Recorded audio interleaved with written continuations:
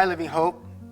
This Passion Week, we want to reflect on the last few days of Jesus' life. We're just coming out of a sermon series in the upper room where Jesus was intimately with his disciples in the upper room for his last night with them, knowing that it will soon lead to his betrayal, his arrest, his crucifixion. And in John chapter 18, it reads, "When Jesus had spoken these words, he went out with his disciples across the brook Kidron, where there was a garden." The Gospel of John does not mention the name of this garden. In other passages, in other Gospels, it says that it was the Garden of Gethsemane or the Mount of Olives. But here, it's just the garden. And as we know, the Gospel of John is in many ways a retelling of the book of Genesis. And in the book of Genesis, we see another garden, the Garden of Eden.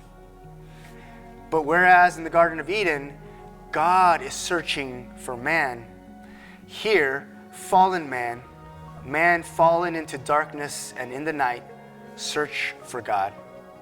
They search for God, the God-man Jesus Christ, to arrest him, to crucify him. And when they search for Jesus, Jesus says, "I am he." Literally, he's saying, "I am, ego eimi."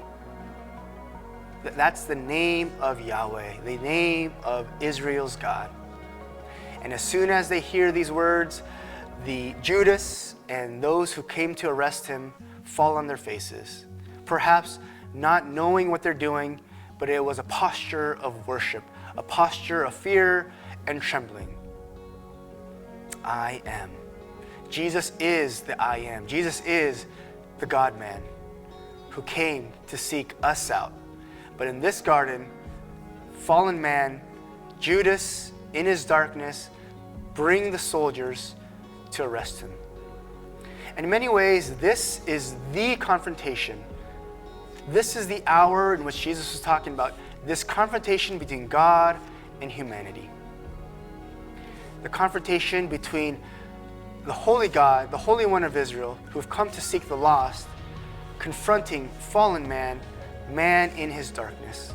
And I would like all of us, Living Hope, this week to contemplate this confrontation between God and man.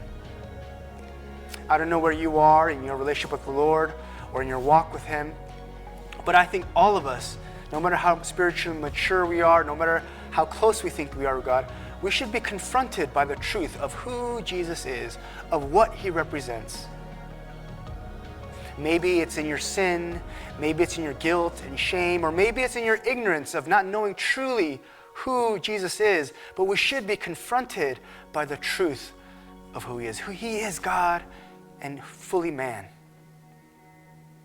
We should be confronted by the truth that he is the way and the life. We should be confronted by the fact that before him, we should fall down and worship. And we know that in our daily lives, for most of the time, he's just a passing thought. We don't give him the honor and reverence that is due. But Living Hope this week, as we're confronted by this truth, as we look forward to worshiping him on Good Friday, may we trust that the confrontation will lead to his death on a cross for our sake. For though we were sinners, though we were enemies of God, he laid down his life for us, to save us. May we be confronted by that gospel truth. From darkness to light, we hope to see you at Living Hope on Easter Sunday.